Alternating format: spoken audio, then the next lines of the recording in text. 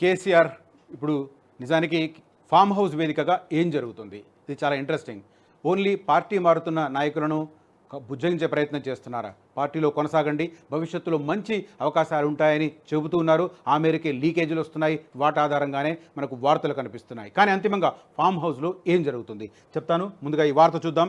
మీకు అండగా నేనుంటా, ఎట్టి పరిస్థితుల్లోనూ ధైర్యం కోల్పోవద్దు, ప్రభుత్వ కుట్రలను చట్ట ప్రకారం ఎదుర్కొందాం, భారస ఎమ్మెల్యేలకు కేసీఆర్ భరోసా అన్న వివరాలు కనిపిస్తున్నాయి. నిన్న కలిసిన వారిలో మల్కాజ్గిరి మర్రి రాజశేఖర్ రెడ్డి, అదే రకంగా మాజీ ఎమ్మెల్యే జీవన్ రెడ్డి, మేడ్చల్ ఎమ్మెల్యే మాజీ మంత్రి మల్లారెడ్డి, అదే రకంగా ఉప్పల్ ఎమ్మెల్యే బండారి లక్ష్మారెడ్డి, అంబర్పేట ఎమ్మెల్యే కాలేరు వెంకటేష్, అదే రకంగా పల్లా రాజేశ్వర రెడ్డి జనగాం ఎమ్మెల్యే వీళ్ళు కలిశారు. వీళ్ళు కాకుండా నిన్న కలిసిన వాళ్ళల్లో సునీత లక్ష్మారెడ్డి నర్సాపూర్ ఎమ్మెల్యే కూడా ఉన్నారు. కానీ ఇంకా కొంతమంది దూరంగానే ఉన్నారు. అదేంటి, ఎందుకు వెళ్ళట్లేదు వాళ్ళంతా అనేది కొద్దిగా ఇంట్రెస్టింగ్ డెవలప్మెంట్. ముఖ్యంగా సబితా ఇంద్రారెడ్డి లాంటి వాళ్ళు వెళ్ళలేదు అన్న ఇండికేషన్స్. అదే రకంగా సుధీర్ రెడ్డి లాంటి వాళ్ళు వెళ్ళారు కానీ మళ్ళీ పిక్చర్లో కనిపించడం లేదు. సో ఏం జరుగుతుంది? అల్టిమేట్గా ఫామ్ హౌస్లో బుజ్జగింపుల పర్వమే కొనసాగుతుందా, లేకపోతే ఇంకేమన్నా జరుగుతుందా? ఇది ఇప్పుడు చాలా ఇంట్రెస్టింగ్ పాయింట్. ఎందుకంటే మనందరికీ తెలుసు, గత 10 సంవత్సరాలుగా వివిధ పార్టీలలో గెలిచిన వారు, అదే రకంగా బీఆర్ఎస్ తరపున గెలిచిన వాళ్ళు ఇప్పుడు ఒక్కొక్కరుగా పార్టీ మారేందుకు ఏర్పాట్లు చేసుకుంటున్నారు.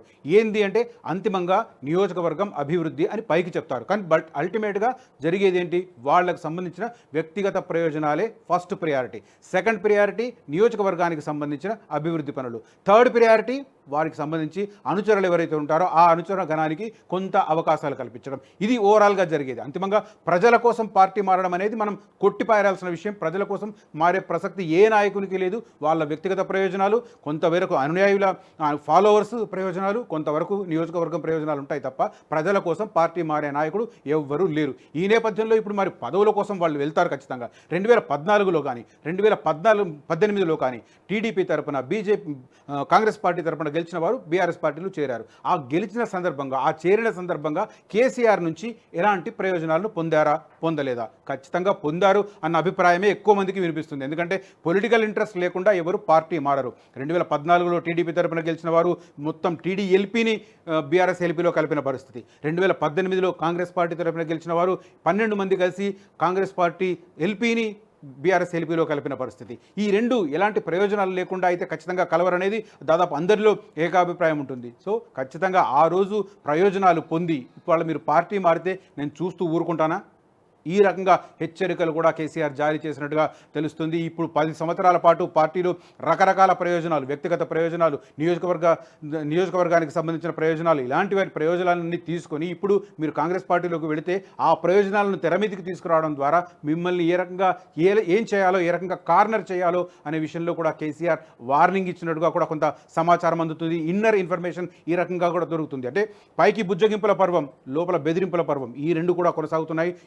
ఏదో రకంగా ఇప్పుడు కేసీఆర్కు తప్పదు. ఎందుకంటే నయానో భయానో పార్టీని ఖచ్చితంగా కాపాడాల్సుకోవాల్సిన అవసరం ఉంది. అందుకు గెలిచిన పార్టీ తరపున గెలిచిన ప్రజాప్రతినిధులను పార్టీలో ఉంచుకోవాల్సిన అవసరం ఉంది. కాబట్టి ఖచ్చితంగా ఇటు నయాన ఉండొచ్చు లేదా భయాన ఉండొచ్చు, రెండు కూడా కొనసాగొచ్చు. దేన్ని కొట్టిపారేయలేం మనం. ఒకవైపు మనకు పత్రికల్లో కనిపిస్తుంది బుజ్జగిస్తున్నాడు, పార్టీలో ఉండండి, మళ్ళీ 5 ఏళ్ల తర్వాత మనదే అధికారం, 6 నెలల్లో చక్రం తిప్పబోతున్నాను, నెల రోజుల్లోనే పరిస్థితి మారబోతోంది, అంతా కన్వీనియంట్గా వస్తుంది అని చెప్తున్నారు. ఇదంతా మనకు పేపర్లకు లీకేజ్ అవుతున్న వార్త. కానీ అంతిమంగా వెనుక ఇది జరుగుతుంది అన్న లీకేజీలు కూడా వినిపిస్తున్నాయి. గత 10 సంవత్సరాలలో తన హయాంలో రకరకాల ప్రయోజనాలు పొంది ఇప్పుడు మీరు పార్టీని దెబ్బతీసి వెళితే ఊరుకునే ప్రసక్తి లేదన్న వార్నింగ్ ఇస్తున్నారు. సేమ్ టైం అనర్హత వేటు కూడా మేము ఖచ్చితంగా వేస్తాం, కోర్టుకు వెళ్ళే అవకాశాలు ఉన్నాయి. కాబట్టి ఈ రకమైన పరిణామాలు చోటు చేసుకుంటాయని కూడా క్లియర్ కట్గా కేసీఆర్ వీళ్లకు తేల్చి చెప్తున్నట్టుగా తెలుస్తుంది.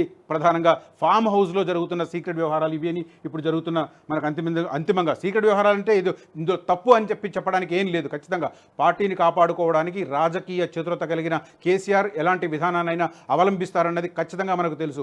2001లో పార్టీ ఏర్పడ్డ తర్వాత ఎన్ని ఉత్థాన పతనాలను కేసీఆర్ చూశారో తెలుసు. అలాంటి ఉత్థాన పతనాలను చూసిన కేసీఆర్ ఇప్పుడు ఈ 5 ఏళ్ల పాటు పార్టీని కాపాడుకోవడానికి, బుజ్జగించడానికి ముందుకొస్తారు. సేమ్ టైం బెదిరించడానికి కూడా సిద్ధపడతారన్నది మాత్రం దాంట్లో సందేహమే లేదు అని చెప్పుకోవచ్చు. బట్ ఏం జరుగుతుంది అంతిమంగా ఫామ్ హౌస్లో అనేది ఎవరికి తెలియదు. ఈ అంతిమంగా కేసీఆర్ కానీ, కేటీఆర్ కానీ, హరీష్ కానీ బయటకు వచ్చి చెబితే కానీ అంతిమంగా ఏం జరగని పరిస్థితి, ఏం తెలియని పరిస్థితి.